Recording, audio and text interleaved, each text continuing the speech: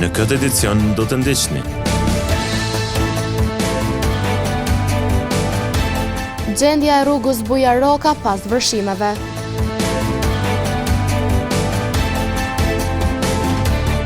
Vërshimet shkaktuan shumë dëme në shtëpitë e Dardanis.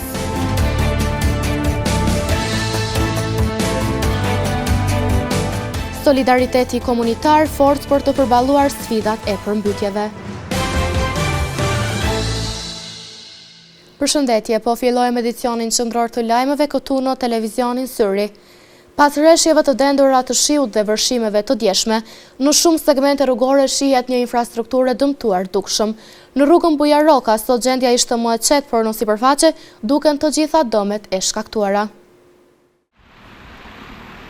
Gjatë ditës së djeshme kemi raportuar vazhdimisht për gjendjen e rënduar në rrugën Buja Roka, e cila ishte prekur ndjeshëm nga vërshime të mëdha që përfshin vendin ton dhe rrethinën. Si pasojë e rreshjeve të pandërprera, disa kursi të kësaj rruge ishin bllokuar për arsye sigurie, duke vështirësuar qarkullimin e qytetarëve. Edhe sot ekipi ynë ka qëndruar në terren në rrugën Buja Roka, ku gjendja paraqitet ndryshe nga dita e djeshme.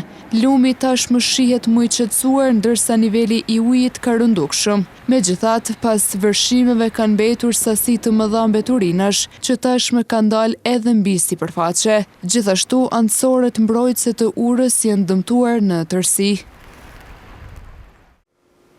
Vërshimet e ditës së djeshme në komunën e Gjakovës bën që pafund mbeturina të dalin në sipërfaqe, duke shkaktuar një pamje as pak të mirë. Kamera e televizionit Syri ka siguruar imazhet e mbeturinave në disa pjesë të qytetit. Ndjekim kronikën. Ditëve të fundit, shumë komuna të Republikës së Kosovës janë përballur me kushte të rënda, të cilat erdhën si pasojë e rreshjeve atmosferike të shumta, duke sjellë kështu vështirësi të qarkullimit në komunikacion. E një shqetësim shtesë pas kësaj gjendje, mbeten edhe mbeturinat e shumta që kanë dalë në pah. Në shumë zona të qytetit që u vërshuan dje, pas kanë mbetur mbeturinat e shumta të hedhura nga qytetarët e pakujdesshëm në ujërat e lumenjve. Mbeturinat e përhapura në rrugë, si plastik, mobilje e shumë çka tjetër, po sjellin një pamje as pak të këndshme. Mbetemi te situata e vërshimeve të djeshme dhe sjellim një tjetër kronik, të cilën e kemi realizuar në fshatin Molliq për të kuptuar se si qëndron situata në këtë zonë. Rrugët e mbushura me ujë nga rrjedha e lumit Gusha janë një dëshmi serioze se gjendja mund të përkeçohet në këtë mjedis nëse rreshjet vazhdojnë të bien.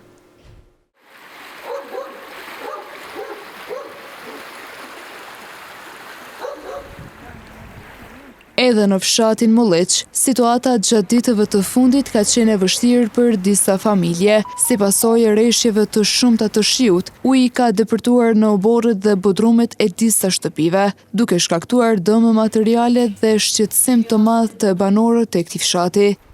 Ka shkaktuar dëme të mëdha. Pishin edhe vet. Në bodrum ka bë dëm, një doboke i frizder mi ka dëmtu krejt. Do më thonë uj që 4-5 ditë jem të hek uj, vazhdimisht. Për shkak të situatës së krijuar, banorët e fshatit Molliq thonë se po përballen me vështirësi të vazhdueshme dhe shpresojnë që pas stabilizimit të motit të bëhet një vlerësim i dëmeve. Ekipet tona vizituan sot edhe disa familje të prekura nga vërshimet në paralagjen Dardani. Përkundër përpjekjeve për të shpëtuar gjësendit dhe ambisërinë shtëpiake, brenda shtëpive gjendja është shumë shqetësuese. Gjurmët e vërshimeve të rrudhshme janë ende të pranishme dhe shumë vështirë të sanueshme. Disa familje në lagjen Dardani janë mjaft të shqetësuara nga situatat e krijuara pas rreshjeve të shumta të shiut. Uji ka depërtuar në bodrumet e shtëpive të tyre, duke shkaktuar dëme të konsiderueshme materiale dhe humbje financiare. Një nga banorët na ka treguar për gjendjen në shtëpisë së tij. Për këto vërshime në sa herë si të bëhen, si të bjeshi qëtu këtë rrugën e dritën Zeneli, ka problem.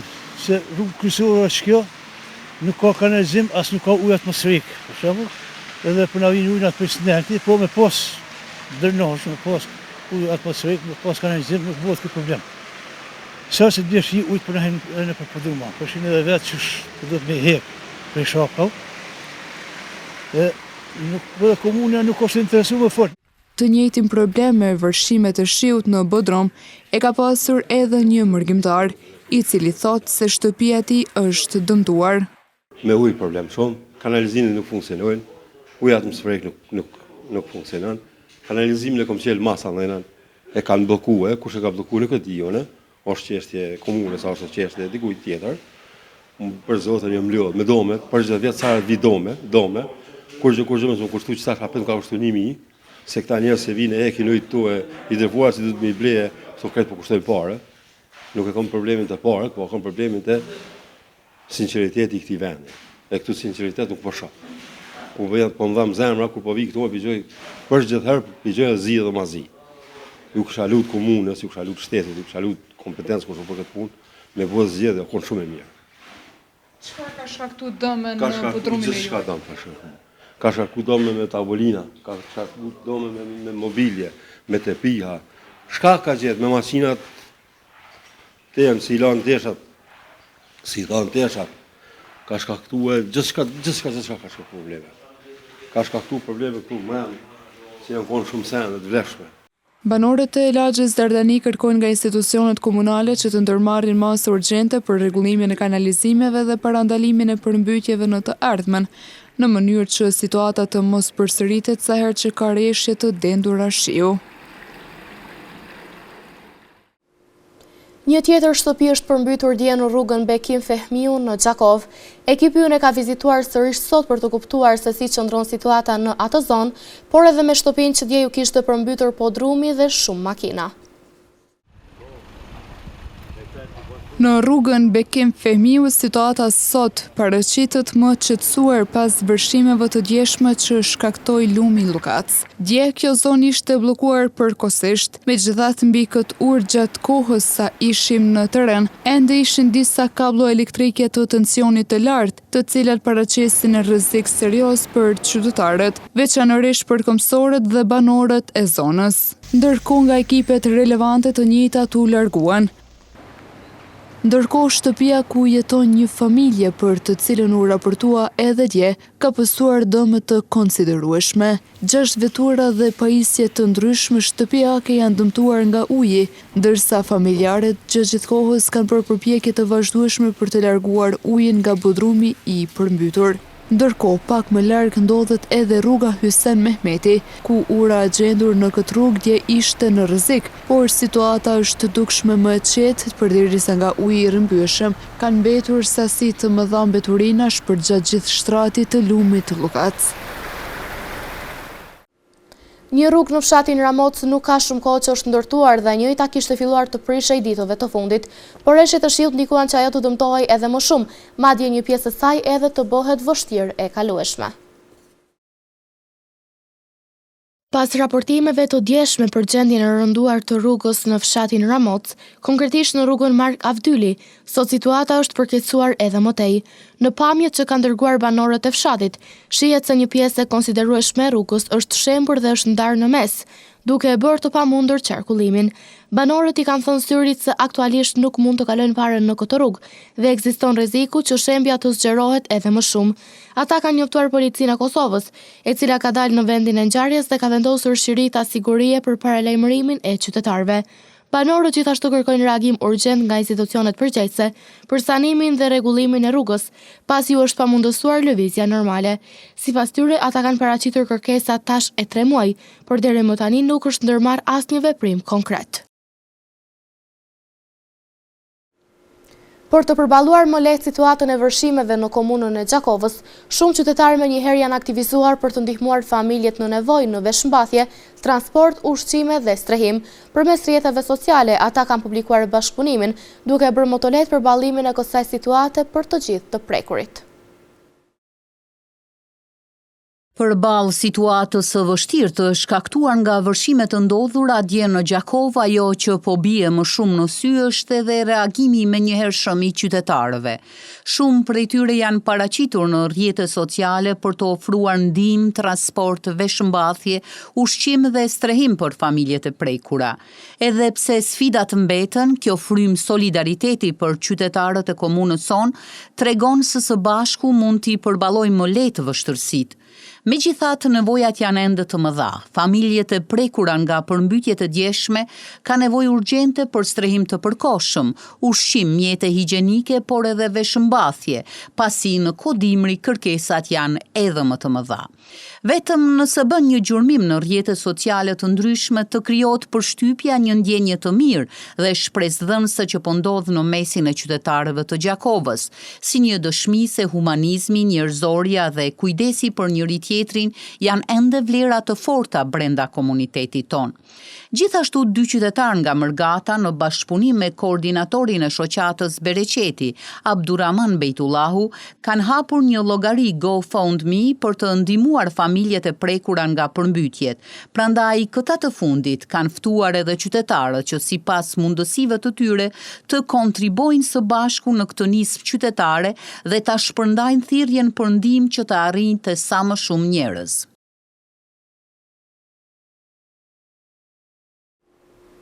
Të shqetësuar për gjendjen e krijuar nga vërshimet e djeshme janë edhe disa banorë të rrugës Ylber Hoxha. Dje disa prej tyre u përmbytën podrumet e shtëpive. E sot disa orë pas, gjendja akoma vazhdon të mbetet shqetësuese.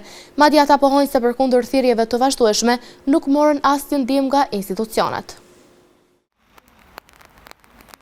Rruga Ylber Hoxha sot është më e qetë sa i përket vërshimeve në krahasim me ditën e djeshme, kur uji kishte depërtuar në shtëpitë e banorëve të kësaj rruge. Banorët kanë deklaruar se deri më tani askush nuk është përkujdesur për ta dhe kanë kërkuar ndihmë nga institucionet përkatëse. Sipas tyre, uji ka shkaktuar dëme të mëdha materiale në shtëpi, duke përfshirë edhe pajisje elektrike. Banorët shprehin shqetësime edhe për një rrezik tjetër në këtë lagje, pasi në këtë rrugë kalon një gyp i madh i kanalizimit, i cili sipas tyre është pronë e qytetit. Ky gyp ka qenë i mbuluar nga uji i lumit Erenik, gjë që paraqet rrezik të shtuar, ndaj ata kërkojnë më shumë kujdes dhe ndërhyrje urgjente në këtë zonë. Të njëjtit po bëjnë përpjekje që bashkë me komunitetin të sanojnë sadopak situatën, por është shumë e vështirë të sanohet e gjithë situata vetëm.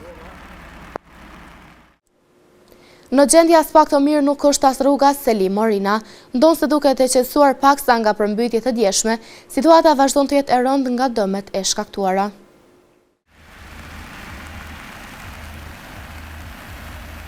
Rruga Selim Morina, e cila gjatë ditës së djeshme ishte përfshirë nga vërshimet si pasojë e rreshjeve të shumta të shiut, sot paraqitet më e qetë. Niveli i ujit është tërhequr duke lejuar qarkullimin dhe lëvizjen më të lehtë të banorëve.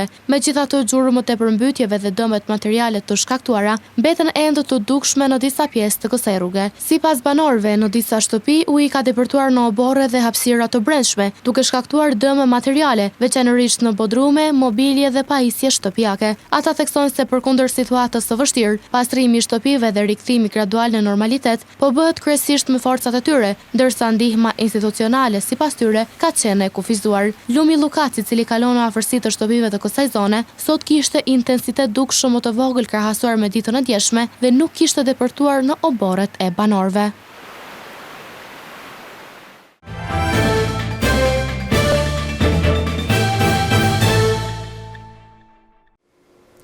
Për shkak të rreshjeve të shiut dhe vërshimeve në nivel vendi, gjysmëvjetori i dytë në vitin shkollor 2025-2026 është shtyer edhe për 2 ditë. Ndonse ishte planifikuar që nxënësit i kthehen mësimit të rregullt me 8 janar, mësimi në gjithë arsimin parauniversitar do të fillojë të hënën me 12 janar, ndërsa 2 ditët e humbura do të kompenzohen gjatë vitit shkollor. Si pasojë vërshimeve, rreshjeve të fundit atmosferike, kushteve dhe qarkullimit të vështirë në komunikacion, situata është vlerësuar e rëndë në shumë komuna të Republikës së Kosovës. Si pasojë kushteve të vështira me të cilat po përballen aktualisht shumë komuna, Ministria e Arsimit, Shkencës, Teknologjisë dhe Inovacionit ka njoftuar se fillimi i procesit mësimor për gjysmëvjetorin e dytë është shtyr për të hënën e datës 12 janar 2026. Sipas Institutit Hidrometeorologjik të Kosovës, rreshjet pritet që të vazhdojnë edhe ditëve në vijim dhe për këtë arsye është marrë vendim nga mashtë që pushimi dimror të vazhdojë edhe me datën 8 dhe 9 janar, përkatësisht 2 ditë më shumë nga kur ka qenë planifikuar të fillojë procesi edukativo arsimor. Sipas kalendarit shkollor 2025-2026, pushimi dimror ka filluar më 26 dhjetor 2025 dhe i njëjti ka qenë i planifikuar të përfundojë me datën 8 janar 2026, por gjendja rënduar ka bërë që fillimi i procesit në këtë datë të jetë i pamundur. Orët e humbura mosimore gjatë këtyre 2 ditëve do të zëvendësohen gjatë pjesës së dytë të vitit shkollor 2025-2026 për të gjitha nivelet e arsimit parauniversitar. Ndërkëse sa i përket ditëve të mësimit, me fillimin e procesit mësimor të gjysmëvjetorit të dytë ditën e hënë, nxënësit e Kosovës, deri në pushime pranverore që do të fillojnë me 7 prill 2026, do të kenë 58 ditë mësimi.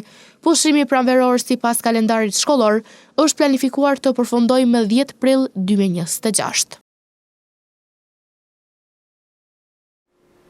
Edhe institucioni parashkollor Ganimet e Tërbeshit në Gjakov nuk do të punojë nesër dhe pasnesër për shkak të rrethanave të krijuara nga përmbytjet. Në një status të publikuar në faqen zyrtare të institucionit, kërkohet për mirëkuptim, durim dhe bashkëpunim me prindërit, pasi siguria e fëmijëve mbetet prioritet.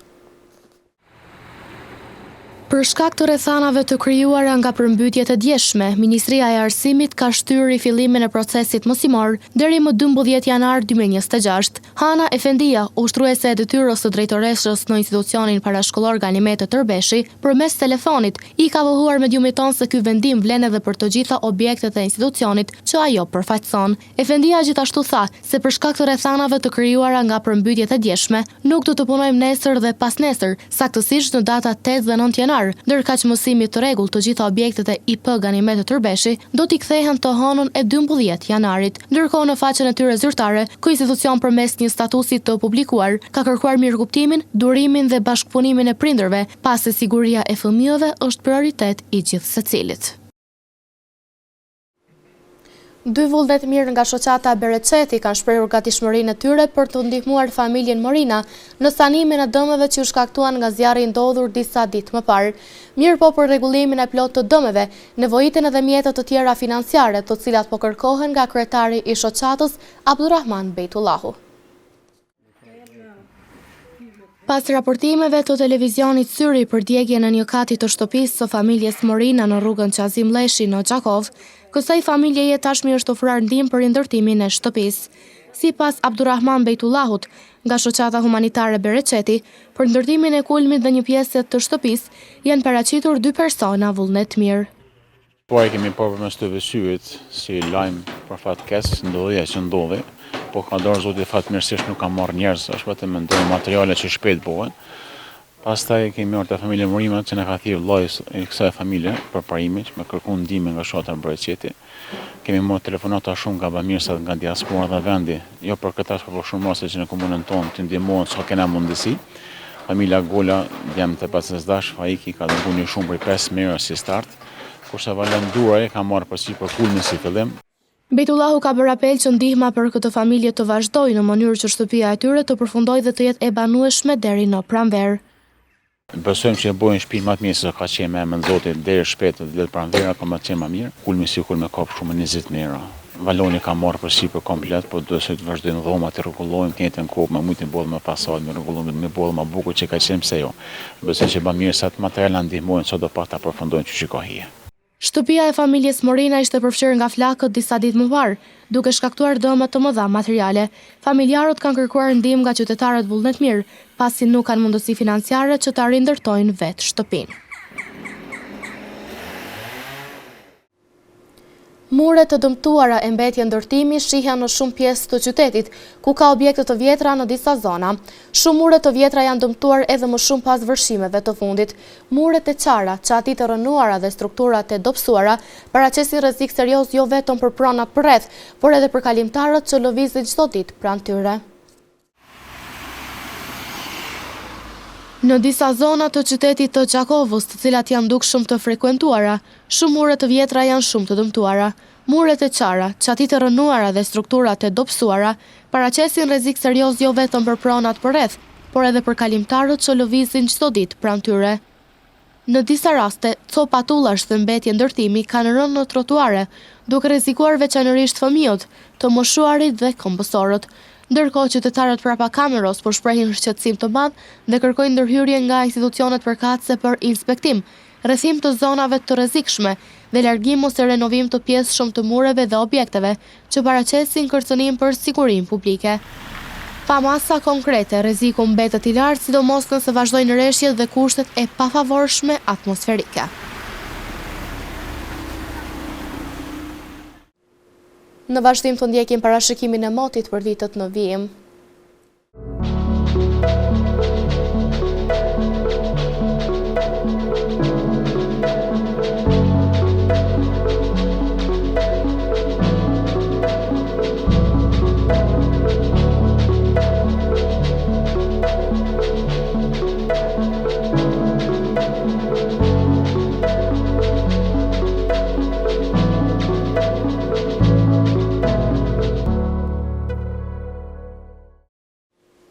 Para se të ndahemi, të ndjekim edhe një herë titujt kryesor të këtij edicioni.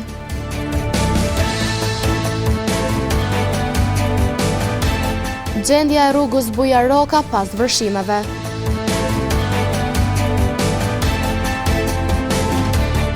Vërshimet shkaktuan shumë dëme në shtëpitë e Dardanisë.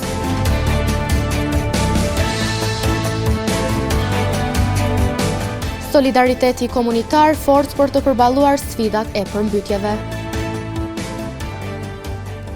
Këtu më fund ky edicion qendror i lajmeve, ju mund të vazhdoni të na ndiqni në televizionin Syri, si dhe në rrjetet tona sociale. Mirupafshim.